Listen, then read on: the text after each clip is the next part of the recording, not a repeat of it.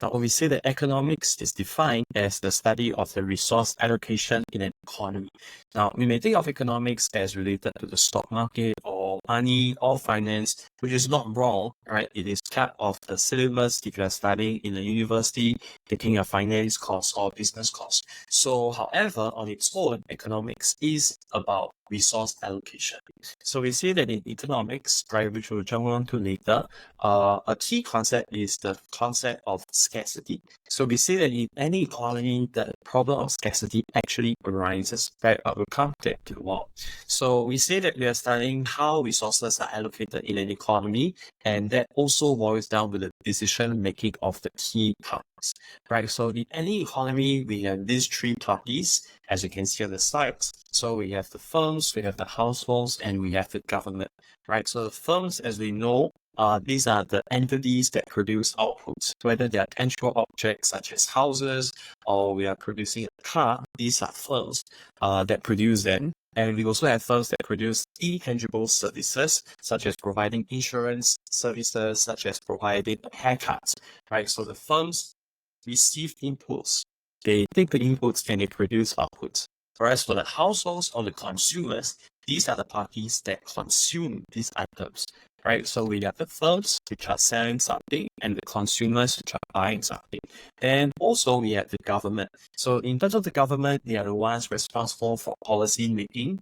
They are going to introduce policies such as taxes and subsidies to influence the market. So all these will be covered subsequently.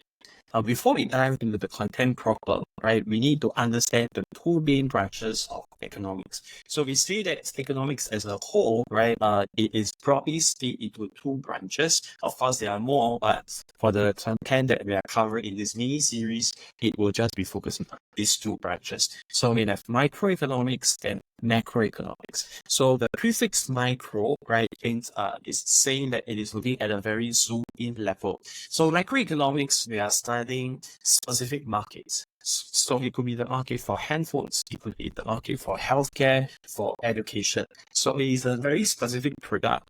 Whether you define it broadly, such as the market for healthcare, which includes all types of services in this sector, or it could be the market for a specific vaccination, which is just a particular product, right? Whether you define it broadly or narrowly, right, this is one specific product at a time. So we are looking at the behavior of firms and households in those specific markets, right? So we'll cover microeconomics in the next few chapter lessons, and then we're going to dive deeper into how the consumers and the firms interact. Then we have the macroeconomics branch. So macroeconomics looks at things at a bigger picture. So the prefix macro means that it is big. So we are looking at things like inflation, unemployment, GDP, economic growth, and so on. Right, so it's not looking at a specific product such as healthcare, it is looking at the whole economy, or it could even be looking at the whole world as a unit to look at how the whole world's economy has been progressing so far. So, now coming on with the content proper, we have first of all, a first key term, which is the factors of production. Now, factors of production, these are referred to as the inputs that the firms actually require. So, whatever firms or whichever industry they are in, they will require some sort of input to produce the output that they are actually producing to sell to consumers. So, take an example of McDonald's, right? So McDonald's is a fast food restaurant. The output that it produces would be the meals that it sells to us, right? So the burgers, the cheese fries, the drinks, and so on. So these are the output that we buy when we patronize the store. So what inputs or what factors of production are they actually producing, or are they actually using? So broadly, we see that factors of production are labeled or can be categorized into one of these four categories, right? So it is arranged in this order so that it actually helps us to remember that. So we have capital, entrepreneurship, labor, and land.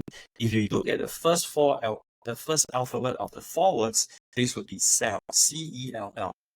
So capital goods refers to the machineries, the equipment that the firms are using. So for example, for McDonald's, in producing the food that they are serving us or that they are producing to sell us, they will first need something to cook with, for example. So they may need to use a fryer, they may need to use even the order kiosk to take for orders. All these are essential equipments to actually have to facilitate this whole production process. Then we skip to labor. So labor refers to the workers that are working their station at the fast food restaurant. So we could have the workers serving us the food when we choose to have a table service. We could also take our orders at the counter if the order kiosks are fully occupied or they're out of order. So the person working there takes our orders and then they will also prepare the food and then serve us the food later. So this would be referred to as labor. And in terms of land, right, this one is understood broadly. So land refers to natural resources. So anything taken from nature, whether above the ground, above land, or below land, they are considered as land. So in the context of McDonald's, land could refer to the food ingredients that they are using to cook our meals. So this would be land.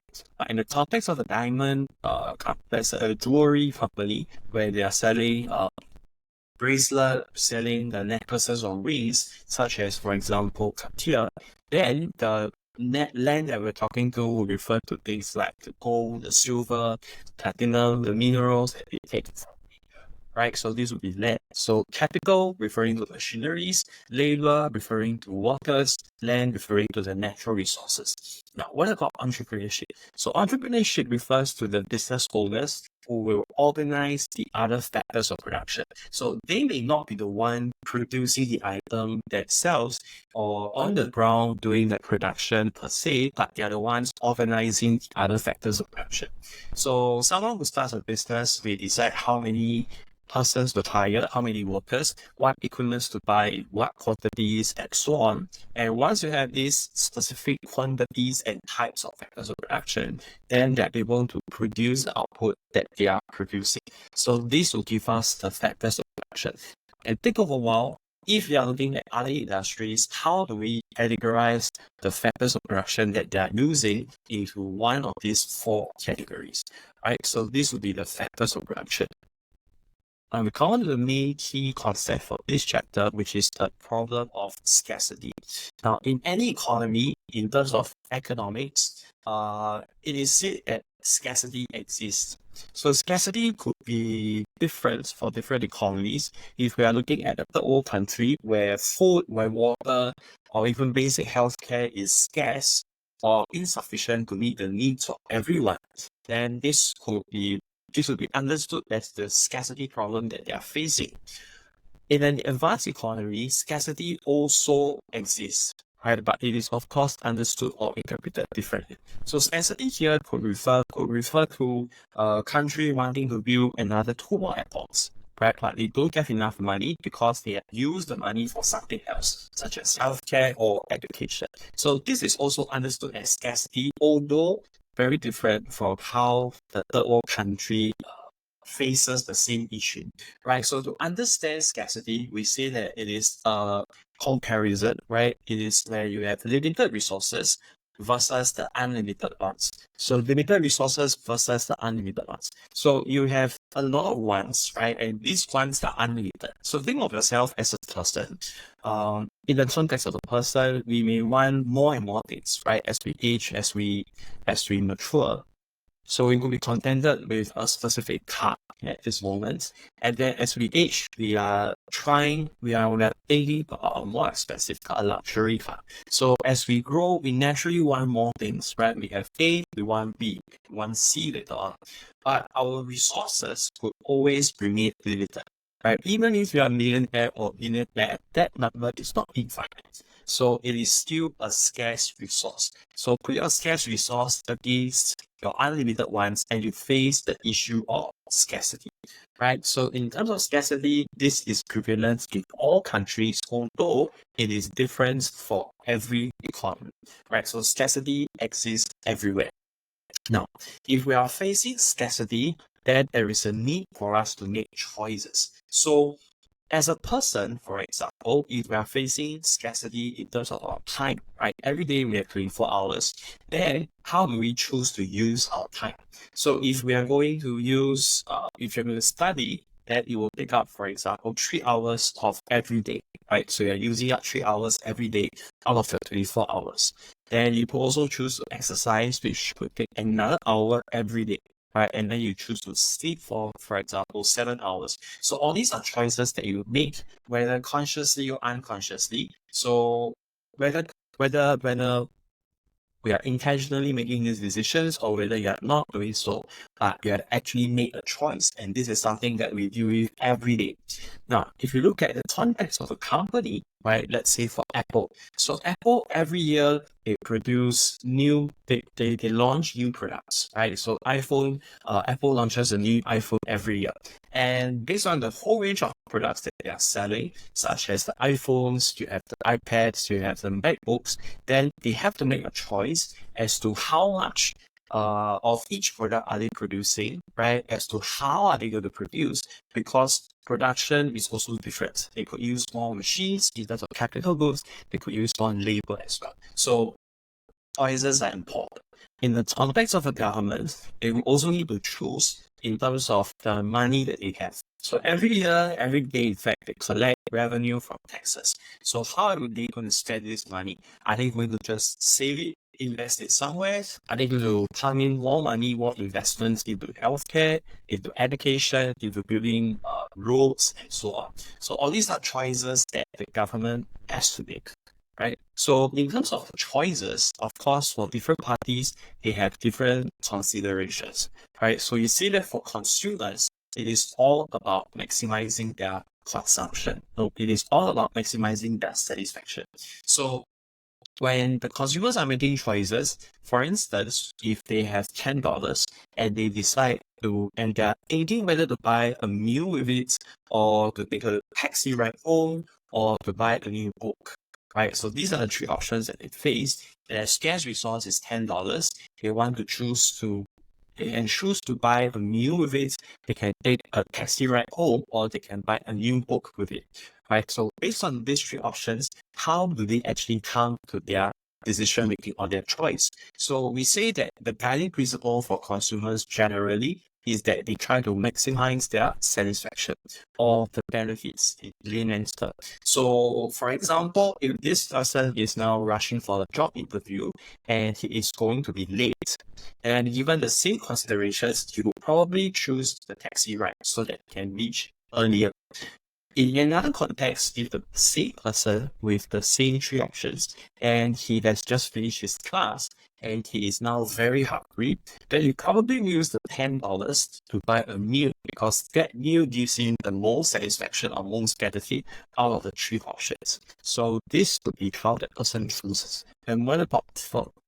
So we say that for a firm, it is all about profit maximizing.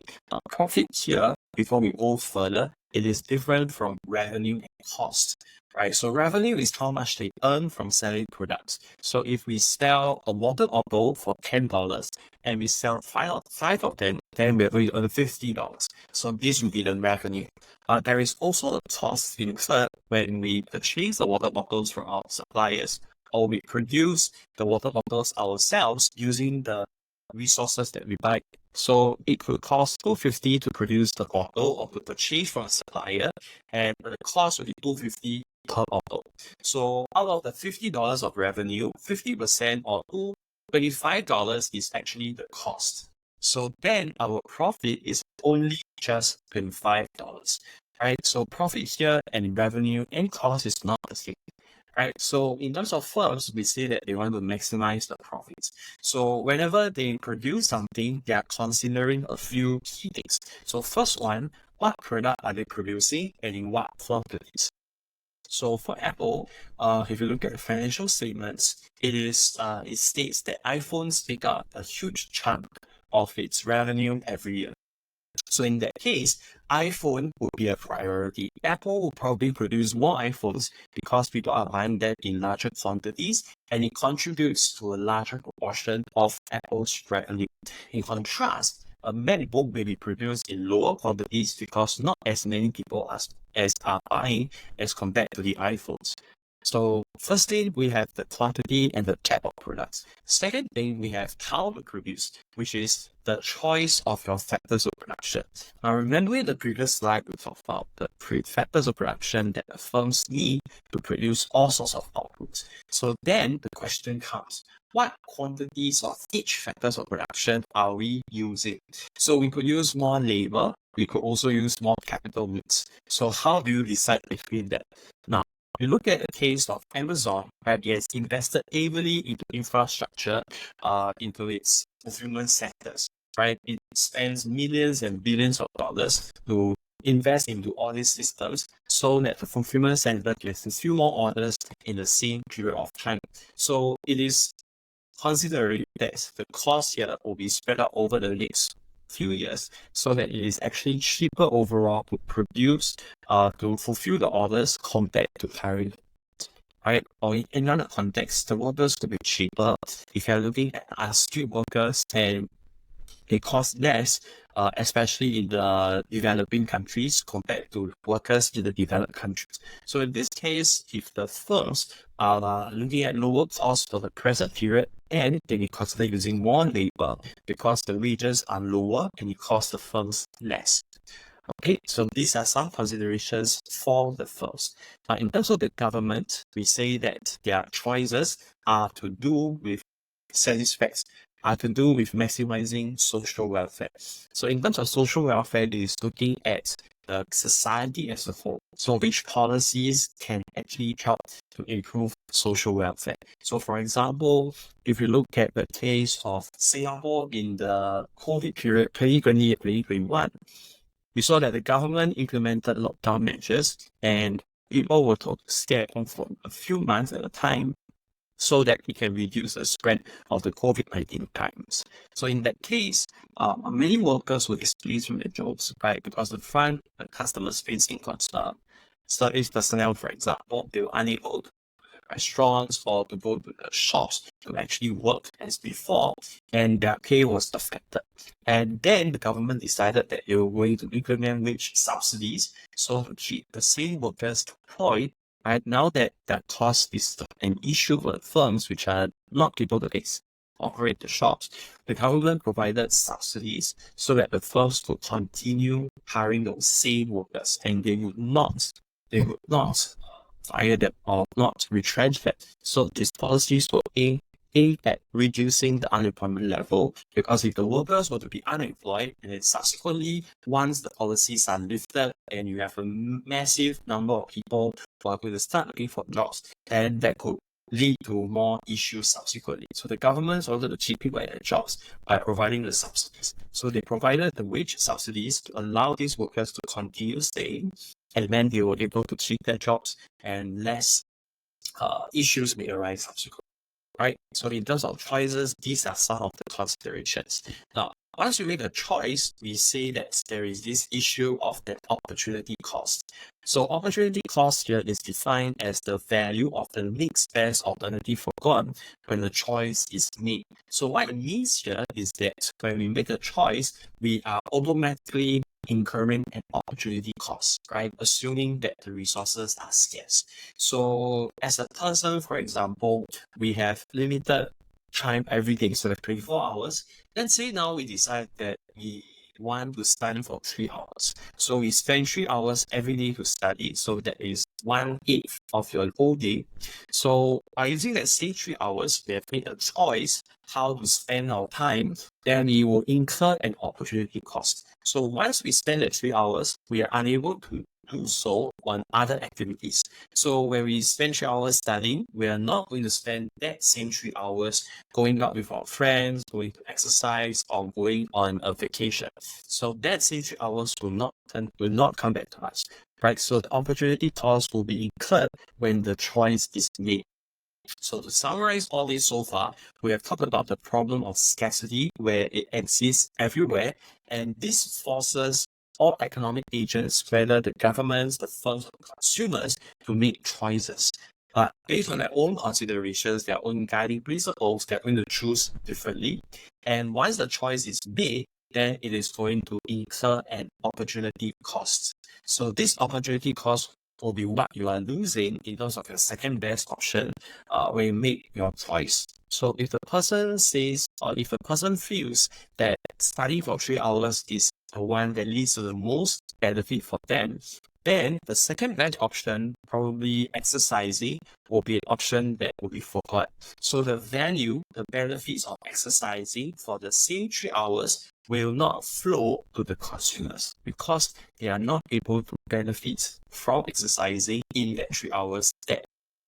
Now, we have gone through the basic concepts of scarcity, choice, and opportunity cost, and now we are ready to put them all into the same diagram.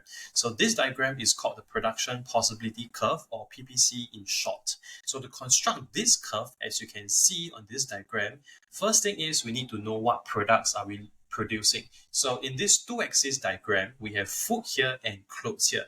So the axis can represent any products, and again, the products can be broadly defined, such as food and clothes, which will cover all types of food and clothes respectively, or it can be specific brands. For example, Nike t-shirts, or let's say it could be fish balls. So it could be a more narrow definition. So we have these two products that we label on the axis, and we need to consider what is the quantity of the factors of production that we have. Now, if you recall in the earlier slide, we have capital goods, entrepreneurship, land, and labor. So out of the 4 categories of factors of production, what is the quantity that we have that allows us to produce output? Now, considering the quantities that we have and the output that we can produce, we are able to construct the PPC. So you can see here at the points that we have 100 units of clothes. No, we have 100 units of food and 0 units of clothes on this point, and we have point A, which represents 200 units of clothes and 0 units of food. Now, these two are the two extreme points that will mean that we use all resources to produce either one of each product only. So at the maximum, using all the resources that we have, we will produce 100 units of food, or we could use the same resources that we have to produce 200 units of clothes. Now, based on these two, we are able to construct the in-betweens. So you can see that if we are producing a bit of clothes, such as 100 units, then we are able to produce only 75 units of food. So as we go along this way, up to point D, then we have 50 units of food, but just 150 units of clothes until we reach point A. So all the points here, A, B, C, D, that you see on the curve, represents the points that the firms can choose, right? So these are choices that are available to the firms. So these choices, A, B, C, D, they represent the production quantities of either products or both products, depending on how much you're producing of each. And we have used up all our resources. Okay, so if you are producing on the PPC, then the underlying assumption or the underlying understanding is that we have used up all our resources available. Okay, so with that, you look at point F. So point F is a point outside the PPC. So this represents scarcity, right? Because the firms or the economy cannot produce beyond their maximum capacity, right? So if the curve here represents the maximum capacity, then the point above the curve or outside the curve represents something that is not attainable as of now. So then point F represents scarcity. So points A, B, C, D represents the choices available to the firms if they want to produce using all their resources, and point F represents scarcity. Now, suppose the firms have 2 options between C and D. Between C and D, then they will need to make a choice. So if we choose C, then it is understood that the firms prefer the production of more food than clothes compared to D. If you choose D, then we are producing more clothes compared to the food.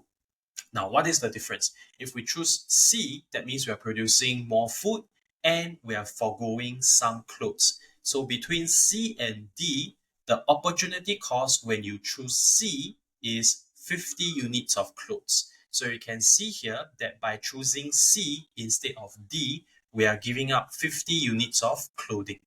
Alternatively, if we are choosing clothes, let's say we choose point D, then when we choose to produce more clothes, we are giving up some units of food. So how many units? This will be 25 units of food.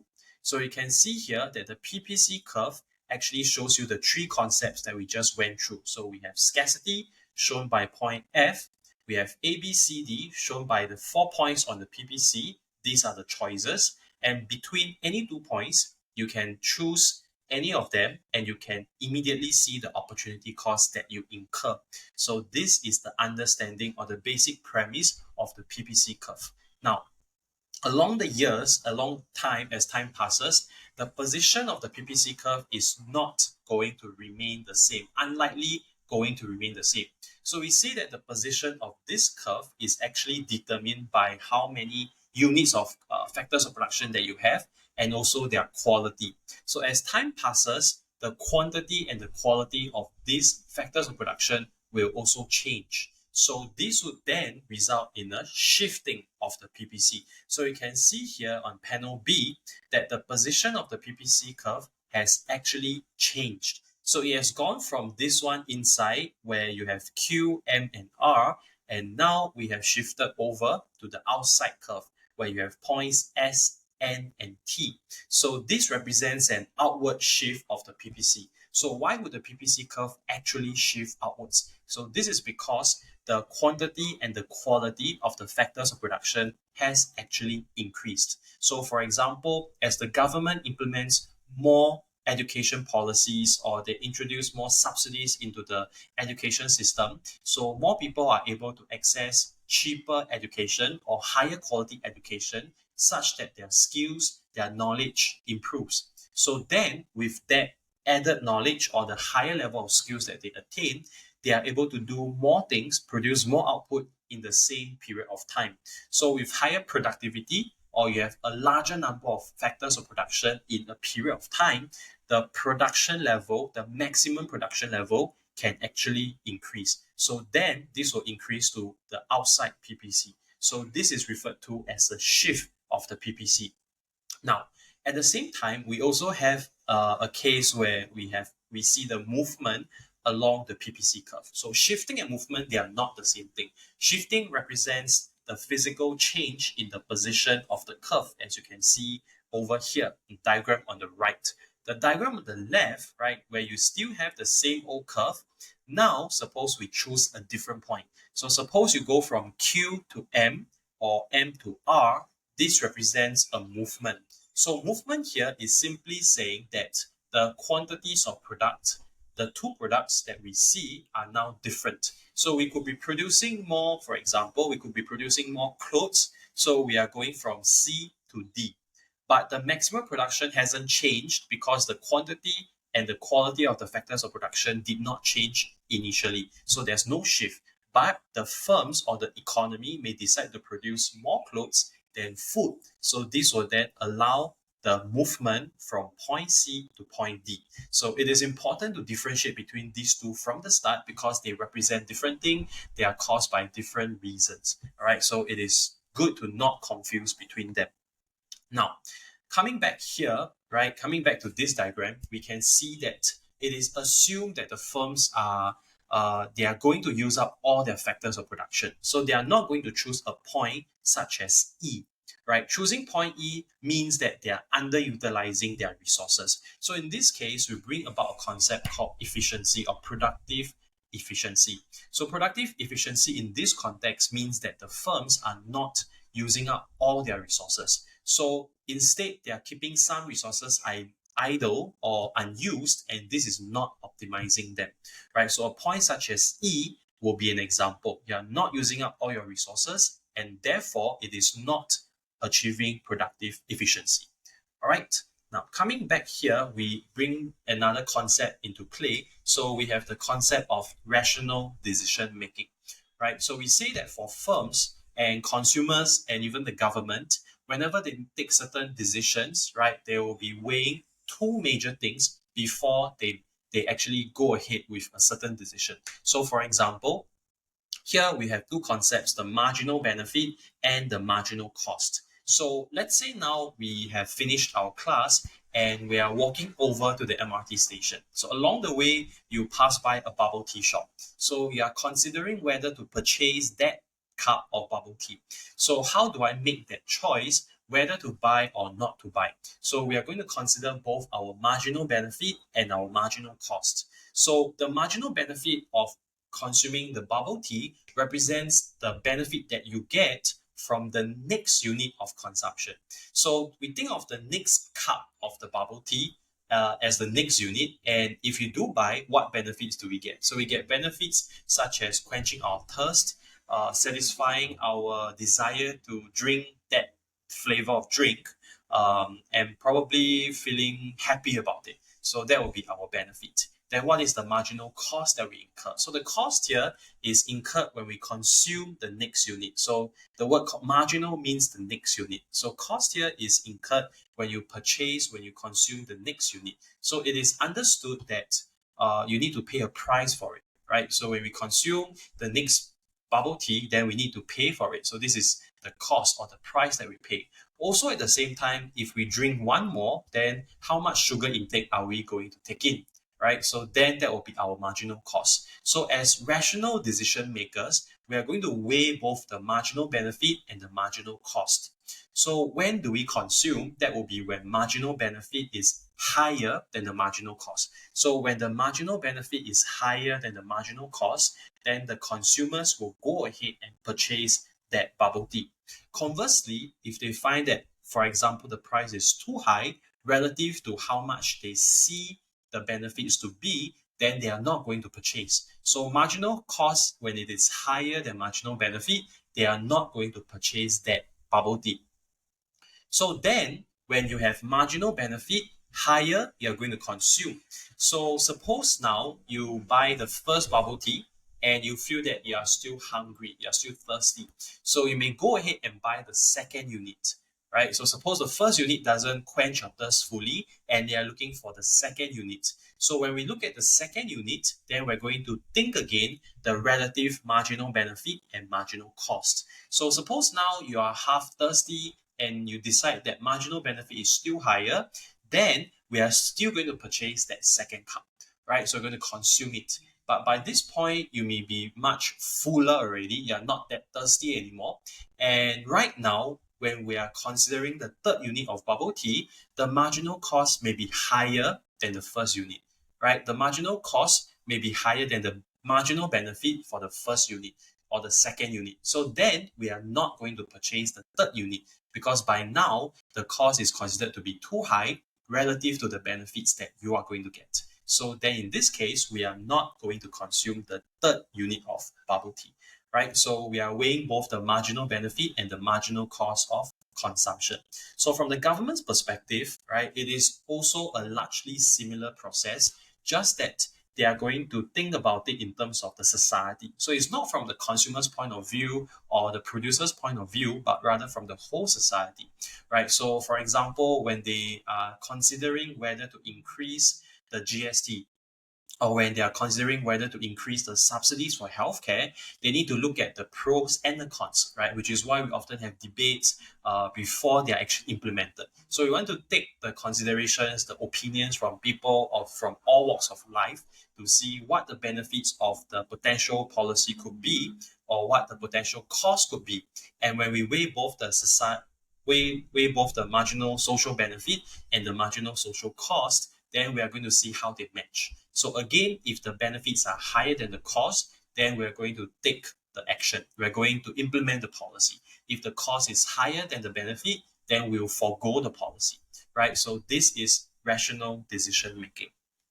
Okay, so we also categorize the types of economies in different ways. So in this case, we think of this any economy along a spectrum of these three categories. All right, so we don't think of them as binary, where you're either yes, where either is or not that specific type, but rather how much of that category are you. Okay, so we have two extreme ends. We have the market economy, where there is absolutely no government intervention. So no government intervention is present. We can even assume that there is no government, right, in the basic model. So only the consumers and the firms are there. So for example, if in the market for education, right, we understand education as a necessity good. So in order to get a new job, in order to get a job in the future even, so we need to acquire skills in our education. So suppose now the educators, the schools realize the importance of education to people in order for them to get a better future, to get a higher paying job, they jack up the prices of education. Right? So if there's only consumers and producers or consumers and schools in this context, then the schools would likely jack up the prices of the school fees because school or education is seen as essential for us to get that certificate so that we can signal to our potential employers that we are ready for this task or ready for this job scope. So then if we don't go for education, we'll be stuck earning a lower wage, right? So then the demand for education will be very high, and this will allow the schools to charge higher prices. So that is not ideal if you look at it from a government's perspective, but because there is no government, then the consumers and the schools alone will determine the prices in the market, right? So then the schools will charge a higher price and many people will not be able to afford, and this will be the situation in the market. So there is no intervention by government, and whatever outcomes you see in the market is whatever outcomes you have in reality. Okay, so this could be ideal or this could be seen as far from ideal, but apart from discussing it now, we just want to look at what it is so that you understand what market economy is, right? On the other extreme end, we have the command economy. So you have some communist states where the government decides everything. So they decide how much of specific products that the producers are producing, and they will tell them, okay, this is what you produce, this is the quantity, and we may give you all these materials, all these land to the farmers and so on, and you just produce. Then the government collects all the products and they're going to distribute to all the consumers. So then in this case, the government decides how much everyone is going to produce and consume. There is no personal decision making, and everything is centralized in terms of the government's decision, right? So then with these two extremes that we see, we also have the mixed economy. Now, in terms of the mixed economy, this is somewhere in the middle. So every country is probably going to be somewhere in the middle. It's just a matter of the extent. So some countries are closer to the market economy side. Some countries may be closer to the command economy side. So when we look at countries such as US, right, such as Singapore, they have some instances where governments intervene. So for example, in the markets for cigarettes, in the markets for alcohol, Singapore government implements more taxes, right, compared to the markets for smartphones, for laptops, where the basic GST applies. So in some markets, they intervene. In some markets, they don't. So this is referred to as a mixed economy. Of course, the degree of freedom, right, will decide how far ahead of a market economy one country is compared to another. Okay, so this will be the types of economies for our understanding. Now, the last few concepts here, right, before we end off for this chapter, we talk about the objectives of the government. So for now, we're going to delve deeper into microeconomics in the next few chapters, and we want to see what the government actually wants to achieve in this regard.